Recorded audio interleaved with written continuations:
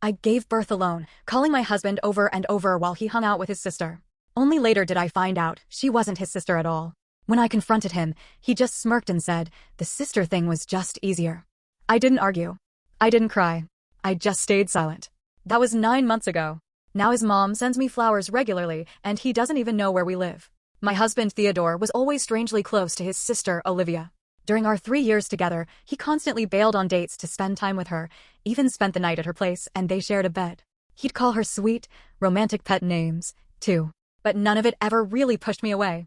He told me the rest of his family had died in a tragic car accident when he was in his 20s, and since he was Italian, I figured maybe this was just how their culture worked. I tried to be understanding. What bothered me the most wasn't how close they were, it was how much she clearly disliked me. Like the time they came back from dinner, and I noticed she was wearing my diamond necklace. When I gently pointed it out, she said, well, I figured you wouldn't mind. Looks better on me anyway. Or the time she caused a huge argument between Theodore and me by claiming she saw me flirting with another guy. The flirting was literally just me telling a random guy on the street that his shoelace was untied. Anytime the three of us hung out, I felt like the third wheel. Still, I let it go. I figured it was family, and I wanted our daughter to have a close relationship with her aunt. But that all changed the day my water broke. I was home alone, and when I called Theodore, he texted back, with Olivia. Can't talk right now, just text. I told him I was going into labor, and nothing. No reply. I called an ambulance, but they put me on hold. So I drove myself to the hospital in labor. My mom was the only one there for me. She held my hand, calmed me down. There were complications during the birth, so I had to stay the night. Theodore didn't show up until the next morning. Good morning, my love. I'm so sorry, I didn't see your text, he said, before picking up our daughter and twirling her around the room like he hadn't just completely abandoned me. I was still physically and emotionally raw from giving birth, so I didn't even bring it up. I let it go. And maybe he knew he messed up because, for the next few days, he was the most doting, thoughtful husband and dad you could imagine. He was there before I could even ask for anything. Every time I winced, he was by my side with a heating pad. He rubbed my swollen feet and sang lullabies to the baby at night. I thought maybe he'd changed, but of course old habits die hard. Not long after, he was back to barely being home, always with Olivia. One day, when I was feeling especially lonely, I took the baby and visited my elderly neighbor. She's lived in this town forever and knows everyone. I was venting to her about how I didn't mind Theodore being close to family, but I thought things would be different after the baby. Then her face went pale. She gripped the table and said, "That's not his sister." Her voice shook. "Olivia is my coworker's daughter. She doesn't have any siblings." It felt like my stomach dropped out of my body. All at once, everything made sense. The lingering touches, the flirty looks, the weird tickling between them. I called my mom, crying so hard I could barely speak. She didn't ask any questions. She just said, "I'm on my way." My chest was burning so badly I thought I was having a heart attack. But thankfully, my mom showed up and packed up all his things without hesitation. That night, when Theodore got home, all his stuff was in trash bags at the door. I told him I knew everything. He didn't even look guilty, just sad that he'd been caught. "She's just a friend," he said. I slapped him. "You'll never see me or our daughter again. Get the hell out." He smirked. "You say that like it's a bad thing." While our baby slept upstairs, my mom didn't hesitate to shove him back and tell him to get out. He left. And even though I felt powerful, like I'd finally stood up for myself, it was still unbelievably hard. And things were about to get worse. I went back to the neighbor and told her everything. That's when she dropped another bomb. Theodore's family never died. His mom is alive, he just doesn't talk to her. But he still speaks to 3 aunts, 2 uncles, and has a ton of cousins. All the sadness I'd felt turned into a burning, all-consuming rage. I was going to make both him and Olivia pay. The next few days were a blur of crying and shaking. My mom stayed to help with the baby while I tried to pull myself together. I'd just sit and stare at my daughter's tiny face, wondering how someone could lie about everything. Who does that? Who pretends their entire family is dead? Who pretends their girlfriend is their sister? I knew I wouldn't get the truth from Theodore, so I did what anyone would do. I started digging. I pulled out our wedding photos. There were these cousins Theodore had introduced as distant relatives from his mom's side who survived the accident. I tracked one guy down on Facebook and messaged him. I asked how he knew Theodore. His reply? "He's my brother." Brother, not cousin. Brother, the one who was supposedly dead. He told me Theodore had 5 siblings. All of them alive and well. I felt like I was going to throw up. Who lies about their siblings being dead? What kind of psychopath does that? I called my best friend Ree and told her everything. She showed up within the hour, armed with a laptop and a bottle of wine. "We're going full detective mode," she said. My mom watched the baby while Ree and I started investigating. We found Theodore's mom's Facebook quickly. She posted all the time about gardening, her book club, but not one single mention of Theodore. Just photo after photo of her with her other kids at birthdays and holidays. Theodore wasn't in any of them. This is some serious twisted crap, muttered, scrolling through years of family photos. It's like he completely erased himself from his real life and made up a new one. I nodded numb. But why? Why do that? We kept digging and found his old elevated school yearbook online. There he was, same charming smile, looking younger. And in the cheerleading squad photo, Olivia. They weren't even in the same grade, she was older, but they clearly knew each other in school. He told me they met in college, I whispered, feeling sick all over again. They've known each other since they were teenagers. Ree squeezed my hand. I'm so sorry, girl. This is beyond messed up. The next day, I made a fake Instagram account and followed Olivia. Her profile was public, so I scrolled back years. Dozens of photos of her and Theodore, long before I came into the picture. And the captions? Date night with my love. 3 years with this handsome man. Then suddenly, right around the time I entered the picture, the captions changed. Sibling time. Brother-sister day out. They had literally rewritten their entire relationship history. Instead of breaking up when he met me, they came up with a whole lie. I felt physically sick. I showed the photos to my mom. She was quiet for a moment, then said, "You need to talk to a lawyer. This isn't just a breakup. You need to protect yourself and your baby." She was right. The very next day, I called a lawyer named Linda. She specialized in family law and had this no-nonsense attitude that I instantly respected. I laid everything out for her, showing her all the evidence we had collected. She listened closely, jotting down notes as I spoke. "This is certainly unusual," she said once I finished. "But unfortunately, lying to your spouse isn't illegal. Being a horrible person doesn't count for much in a separation." I felt completely deflated. "So he just gets away with it?" "Not necessarily," Linda replied, leaning in. "What we need to focus on is what matters legally: custody of your daughter and division of assets. Has he contacted you at all about seeing the baby?" Shockingly, he hadn't. Almost a week had gone by, and Theodore hadn't called or texted once about our daughter. It was like he'd vanished from our lives. "That actually helps us," Linda explained. "It shows a lack of interest in parenting. Document everything, every missed day, every time he doesn't ask about her. It'll help us argue for full custody." I left Linda's office feeling a little more grounded. I finally had a plan, but that sense of control didn't last long. When I got home, a massive bouquet of flowers sat on my doorstep with a card from Theodore. "I miss my girls. Let's talk." No apology. No acknowledgement of the betrayal. Just let's talk, like we'd had a tiny argument. I threw the flowers in the trash, snapped a photo of them lying there, and sent it to him with no caption. He called immediately, but I didn't pick up. Instead, I texted, "All communication goes through my lawyer from now on." Then I blocked his number. That night, Olivia showed up at my door. I was feeding the baby when I heard the knock. Through the peephole, I saw her standing there, looking nervous. "I know you're in there," she called. "We need to talk." "It's not what you think." I let out a bitter laugh. "Not what I think. What else could it possibly be?" "Go away or I'm calling the police," I yelled through the door. "You're overreacting," she said, using that patronizing tone I'd heard before. "Theodore and I have a complicated past, but we're not together. We haven't been since he met you."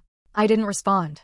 Instead, I grabbed my phone and started recording in case she said something I could use later. The sister thing was just easier to explain. She kept going when I stayed silent. "His family is really messed up.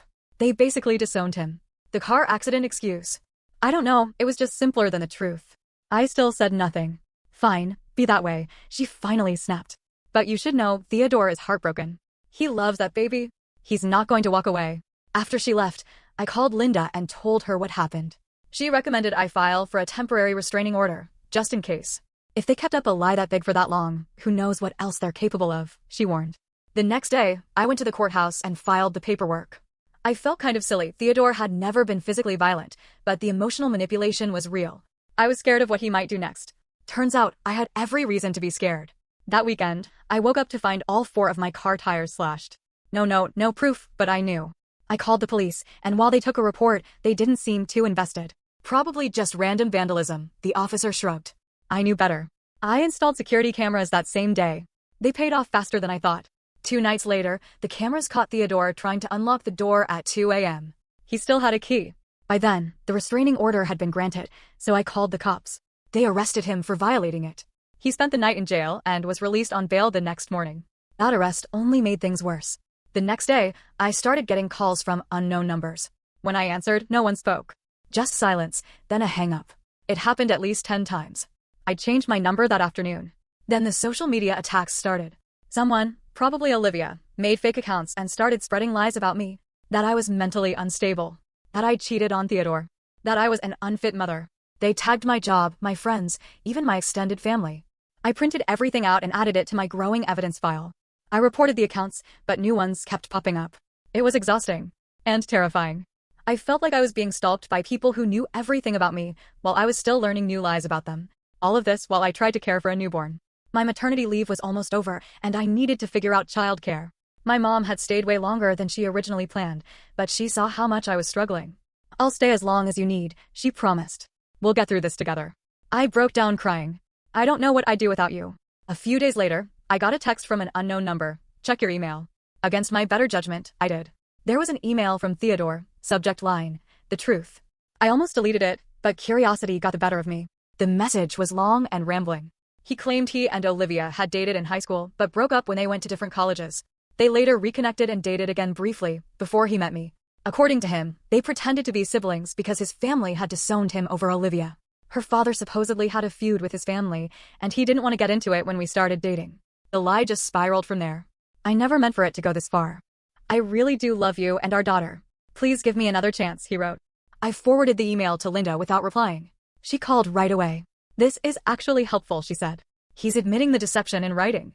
But more importantly, it shows he's still contacting you, violating the restraining order. We can use this." The next week was quiet. No slash tires, no surprise visits. I started to think maybe they had backed off. I was wrong. I was at the grocery store with a baby when I ran into Mrs. Rossi. She looked concerned. "I've been meaning to call you," she said quietly. "Olivia came to see me. She was asking a lot of questions like what exactly I told you. She didn't seem right. Very angry. You should be careful." I thanked her and rushed home, paranoid about every car that seemed to follow me. The cameras didn't catch anything unusual, but I couldn't shake the feeling. That night, I woke up to the sound of breaking glass. Someone had thrown a rock through the living room window. I grabbed the baby and locked us in the bathroom, calling 911 with shaking hands. The police came quickly, but whoever it was had already disappeared. The only thing the cameras caught was a gloved hand hurling the rock. "Could be anyone," the officer said unhelpfully. I couldn't stay there after that. I packed the essentials and checked into a hotel for the night. The next day, I called my boss and explained. She was surprisingly understanding and allowed me to work remotely for a while. I booked an Airbnb in a nearby town. My mom came with me, of course. The place was a small cottage on the edge of town. It felt safer, like somewhere Theodore wouldn't think to look. I spent my days working, caring for the baby, and building our case with Linda. Our custody hearing was approaching, and I was determined to be ready. About a week into the stay, I got a call from an unknown number. I almost didn't answer, but something told me to. "Hello," I said, cautiously. "Is this Theodore's wife?" a woman asked. "Who is this?" I replied, instantly on guard. "My name is Susan. I'm Theodore's mother." I nearly dropped the phone. The mother he claimed had disowned him, or even died, was calling me. "Yes, I'm his wife," I said carefully. "Though we're separated now." "I know," she said. "That's why I'm calling. There are things you need to know about my son." We agreed to meet the next day at a coffee shop. I was nervous it might be a setup, so I brought my friend Ree. My mom stayed with the baby. Susan turned out to be a petite woman in her 60s with the same dark eyes as Theodore. She looked tired, like she carried years of pain. "I haven't spoken to my son in almost 3 years," she began. "Not because I disowned him, like I'm sure he told you. He cut us off when we expressed concern about Olivia." "What kind of concern?" I asked. Susan sighed. "Olivia's always had an unhealthy hold on Theodore. They dated in high school. It was intense, but seemed normal. Then they broke up when college started. Theodore met a nice girl named Casey at university. They dated for almost 2 years. I felt a jolt, another girlfriend I'd never heard about. Then Olivia transferred to his college," Susan continued. "Within a month, he and Casey broke up. He was back with Olivia. That's when things got strange. Olivia didn't want him seeing his family. She'd call constantly when he visited. If he didn't answer, she'd show up at our house." Susan took a sip of her coffee. "We tried to talk to him. We were worried, thought it might be abusive. That's when he exploded. Accused us of trying to ruin his life. Said we never accepted Olivia. He stopped coming to family events. Then he blocked us all." I sat there stunned. Yet another version of Theodore I'd never seen. "The last I heard from him was a text saying he was getting married," Susan said, her voice cracking. "He didn't invite any of us to the wedding. I found out I had a granddaughter through Facebook. One of Theodore's cousins had seen a post from one of my friends. I felt this rush of sympathy for the woman in the post, someone who'd been shut out of her son's life and had missed the birth of her grandchild. But at the same time, I was cautious. Was this just another attempt at manipulation? "Why are you telling me this now?" I asked. "Because I'm worried about you. And the baby," she said simply. "Olivia's unstable and Theodore enables her. They bring out the worst in each other. When I heard you two had separated, I got really concerned about what they might do. She reached into her purse and pulled out a folder. These are copies of police reports and restraining orders from when Theodore and Olivia were together before. His ex, Casey, filed harassment complaints against them. They used to show up at her job, blow up her phone, spread lies about her. It got so bad she had to leave the state. My hands shook as I took the folder. Inside were reports, restraining orders, and even disturbing emails from both Theodore and Olivia to this Casey woman. Susan had gotten them through her attorney, the same one who helped Casey originally. He had kept everything and shared it once Susan explained my situation. Looking through it all, it felt like I was seeing a preview of what they were now doing to me. Thank you, I told her, both terrified and relieved. This will really help my case. She nodded. I just want to help. And someday, if you're okay with it, I'd like to meet my granddaughter. I told her I'd think about it. As we were leaving the coffee shop, Susan grabbed my arm. Be careful, she said. They don't give up easily. And she was right. When I got back to the Airbnb, my mom was freaking out. Someone had called the property owner, pretending to be me, saying we had to check out early due to a family emergency. The owner came by to confirm, and my mom had to convince him it was all a lie. They had found us. I didn't know how, but they did. We packed our bags and moved into a hotel under my mom's name. I called Linda and updated her about Susan, the new evidence, all of it. This is exactly what we need, Linda said. These old police reports help prove that Theodore is a threat to you and the baby. I'm filing for an emergency custody hearing. The hearing was set for the following week. In the meantime, I was on edge, constantly watching my back. I was scared to go anywhere alone. My mom and Ree took turns staying with me, so I was never by myself. The night before the hearing, I got an email from Theodore. I know where you are. We need to talk before you do something you'll regret. Meet me at the park near your hotel at 9 a.m. I forwarded it to Linda right away. She called the police. They agreed to increase patrols around the hotel, but since the message wasn't clearly threatening, there wasn't much else they could do. I barely slept that night. I held my baby close and listened for any strange sound. By morning, I was exhausted, but focused. I wasn't going to meet Theodore. I was going to court to make sure he could never hurt us again. Linda met us at the courthouse early. She had stacks of evidence. The social media harassment, the slashed tires, the broken window, the previous police reports, and statements from both Mrs. Rossi and Susan about Theodore and Olivia's behavior. As we waited for our case to be called, I saw them walk in together. Theodore and Olivia. No more pretending. They were openly together now. Theodore looked right at me and had the nerve to smile and wave like we were old friends. Olivia just glared at me, her arm tightly hooked through his. The judge called our case. I took a deep breath and held onto my folder. This was it, the moment that would shape our future. I was ready to do whatever it took to protect my daughter and myself. The judge, an older man named Judge Williams, had a serious look. He wore reading glasses and kept glancing between Theodore and me like he was trying to figure out who to believe. Linda had prepared me well. Stay calm, stick to the facts. But that's harder than it sounds when your ex is sitting there smirking at you like he's already won. When it was my turn, I laid it all out, the fake sister lie, the made-up stories about his dead family, the harassment after I found out the truth. I showed security footage, police reports, everything. My voice only cracked once when I talked about driving myself to the hospital while in labor. That got the judge's attention. Theodore's lawyer tried to make me seem paranoid and unstable. He said Theodore and Olivia were just longtime friends with a brief romantic past. That they pretended to be siblings because of family complications. Like that made any sense. Then Theodore took the stand. He went full performance mode. Talked about how much he missed our daughter, how I was keeping him away. Even managed to cry a little. I had to dig my nails into my palms just to stay quiet. Then Linda cross-examined him, and things started falling apart. She began with easy questions about his family, his mom's name, his siblings' birthdays. He answered confidently. Then she pulled out Susan's folder. Mr. Theodore, you testified that your mother disowned you 3 years ago? Yes, he said. Then how do you explain this birthday card she sent you last year? She held it up, the one he responded to by text. His face went pale. Linda had the text too. Messages between him and his mom, proving they'd been in contact all along. He stammered. She kept going. You said you and Olivia were just friends when you met your wife? Yes, we had dated in the past, but then how do you explain these social media posts from just a week before you met her? She showed screenshots of them clearly being a couple. It went on like that. Lie after lie exposed. He was sweating, tripping over his own words. The judge kept scribbling notes, his face getting harder to read. Then Olivia took the stand, and it got even more chaotic. She couldn't keep her story straight. First they were just friends, then they were dating, then they never really broke up. It was a train wreck. The real shock came when Linda called Susan as a surprise witness. Theodore's face when his very much alive mom walked in? He looked like he'd seen a ghost. Susan testified about the past, the harassment of Casey, the restraining orders, the disturbing behavior pattern. She brought letters, emails, even more police reports. It was overwhelming. After a short break, Judge Williams returned looking very serious. He gave me full custody. Theodore would only get supervised visitation once a month. He also extended the restraining order for a full year with the option to renew it. The court finds the respondent's behavior concerning and potentially dangerous, he said. The pattern of deception and harassment is not in the best interest of the child. I almost collapsed from relief. Linda squeezed my hand. My mom, sitting behind us, let out a soft sob. As we were leaving, Theodore tried to get close to me. A bailiff blocked him. "Don't think this is over," he hissed before his lawyer dragged him away. Those words haunted me for days. I kept checking the locks, jumping at every sound. Linda reminded me that the restraining order was solid. If either of them came near me, they'd be arrested immediately. Still, I couldn't shake the feeling that they weren't finished with me, and I was right. About a week after the hearing, I started getting calls from Child Protective Services. Someone had reported me for neglect and unsafe living conditions. The CPS worker who came to inspect my apartment looked almost embarrassed to be there.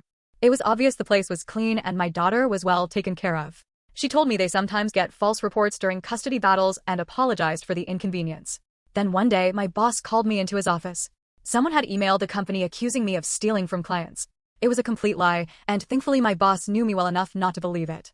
Still, it was humiliating to have to defend myself. The final straw came when my neighbor knocked on my door one evening. She told me someone had been asking around the building about me, pretending to be an old friend trying to reconnect. But the description? It matched Olivia perfectly. I called Linda in a panic. "They're not stopping," I told her. "The restraining order isn't working. Document everything," she said. "Every call, every report, every sighting. We'll go back to court if we have to." That night, I couldn't sleep. I kept thinking about what Theodore had said. Don't think this is over.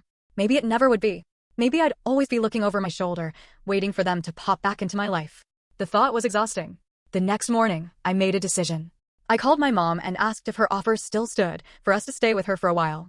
It did. Then I called my boss and asked if I could work remotely permanently. He was surprisingly supportive, especially after I explained the situation.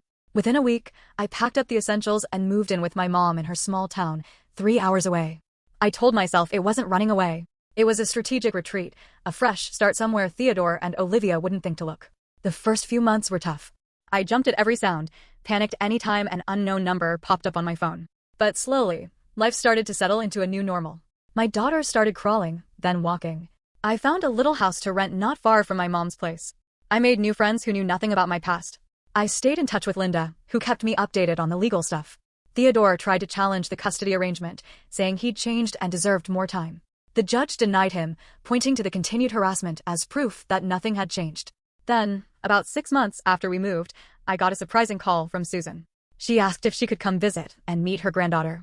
I was hesitant at first, but she'd helped me so much with the case that I agreed. She stayed for the weekend, and it was actually really nice. She brought old photo albums of Theodore as a kid and told stories about his childhood that made him seem almost human. "It's strange," I said, seeing that sweet little boy and thinking about the man I married. "He wasn't always like this," Susan replied softly. "Olivia brought something dark out in him, or maybe it was always there, and she just gave him permission to act on it." After that, Susan started visiting regularly. She was careful never to tell Theodore where we were, and I started to really trust her. My daughter adored her Grammy and got excited every time she came by. Life moved forward. I started dating again, very cautiously. I didn't introduce anyone to my daughter unless I was sure. I did background checks. Took it slow. Trust didn't come easily anymore. Then, about a year and a half after we'd moved, I got a text from a number I didn't recognize. "I know where you are." My blood ran cold. I called Linda immediately, then the local police. They took a report but said there wasn't much they could do about a text. Just in case, I changed all my locks and installed new security cameras. A week passed with no follow-up, and I started to think maybe it was just some random creepy message, not Theodore or Olivia. Then Susan emailed asking if she could visit that weekend. She said she had something important to tell me. When she arrived, she looked tired and stressed. We waited until my daughter was napping, and then she told me Theodore and Olivia broke up. It was bad. She's been telling everyone he abused her, and he's calling her crazy. It's a mess. I felt a weird mix of emotions: relief, vindication, and fear. Unstable people are unpredictable. "There's more," Susan said. "Theodore got arrested last week. He showed up at Olivia's drunk, caused a scene. She had a new boyfriend there, and Theodore lost it, broke windows, threatened the guy. He's facing charges for property damage and threatening behavior." I sat there stunned. "So that text, it was probably from Olivia?" Susan nodded. "She's telling people Theodore ruined her life. And now she wants revenge on anyone close to him. That includes you." "Great." I'd escaped one stalker just to end up with another. At least with Theodore facing charges, he was less of a threat. I reported the text to Linda, who added it to our growing file. She said we might even be able to get a restraining order against Olivia. The next few weeks were tense. I kept expecting Olivia to show up, but she never did. Susan kept me in the loop. Theodore pled guilty to lesser charges and got probation, plus mandatory anger management. Olivia had apparently moved on. Her new target was Theodore's new girlfriend. I was finally off her radar. Things slowly calmed down again. My daughter turned 2, then 3. She was a happy, talkative little girl with no memory of the chaos from before. I got promoted and was doing well at work. I started dating someone seriously, William. He was kind, grounded, and worked as an elementary school teacher. He made amazing pancakes on Sunday mornings. Susan kept visiting, and our friendship grew real. She was the one who told me when Theodore moved out of state for a new job. I think it's good for him, she said. A fresh start away from Olivia, away from the past. I agreed, but I still had Linda file the paperwork to keep the custody arrangement valid across state lines. I wasn't taking chances. It's been 5 years since that wild court hearing. My daughter's starting kindergarten next month. William and I got married last year, just a small ceremony with family and close friends. Susan was there, smiling as my daughter tossed flower petals down the aisle. Theodore still has monthly supervised visits, though he only shows up for about half of them. He's remarried to someone from his new job. Susan says he seems more stable now. I hope so. We'll never be friends, but we can be civil for our daughter's sake. As for Olivia, I haven't heard anything about her in years. Apparently, she moved to California to try acting or modeling. Good riddance. Sometimes, I still can't believe how much my life changed because of one conversation with my neighbor. If Mrs. Rossi hadn't told me the truth, I might still be stuck in that twisted marriage, wondering why I was never good enough. But now I'm here, in a quiet little town, with my daughter and my husband, living a life that feels real and honest. It wasn't easy. There were so many moments I wanted to give up. But I didn't. I fought for myself and for my daughter, and we made it through.